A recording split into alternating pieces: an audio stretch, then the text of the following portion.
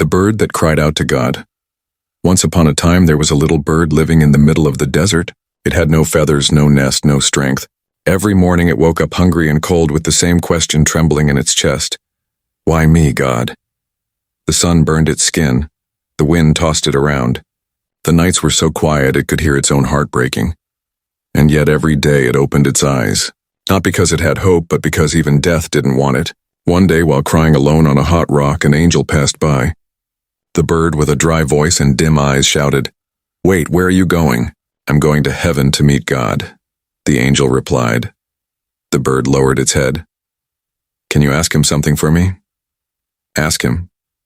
When will this punishment end? When will he remember me? Because I can't take it anymore."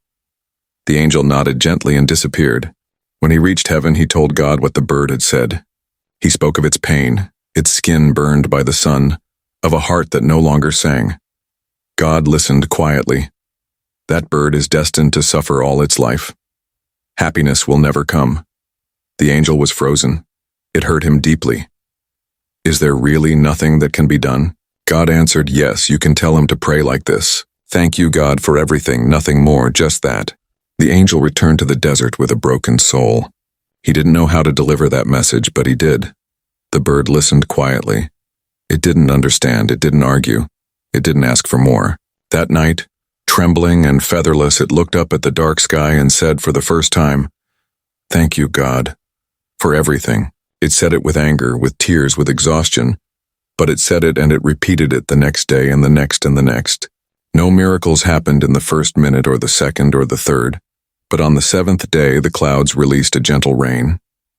A green living plant grew from the ground, and beneath it, a small pond reflected the sky. And in that reflection, the bird saw itself covered in feathers. For the first time in its life it sang, not from happiness but from real gratitude. The angel, seeing this, returned to heaven, confused. "God, you said that bird would never find happiness. What happened?" And God, with a soft smile, answered, "He didn't change his reality, he changed his heart. He gave thanks even in the pain. And when the soul changes, everything else changes too." You reading this now? Maybe today you feel like that bird. Maybe you've asked yourself, why me? Maybe you've waited for years for something to change outside. But what if the only thing that needs to change is inside you? Thank you, God, for everything. Not because you understand, not because it's fair, but because you still have the strength to be grateful. And that is already a miracle. Sometimes heaven doesn't answer with words. It answers with transformation. If you've ever had moments where all you could do was thank with tears in your eyes, write in the comments, "Thank you, God, for everything," and let that phrase beginning to transform your story too. Please do well to subscribe, do well to like, comment. Love you, encourage us to do more. Thank you so much. God bless.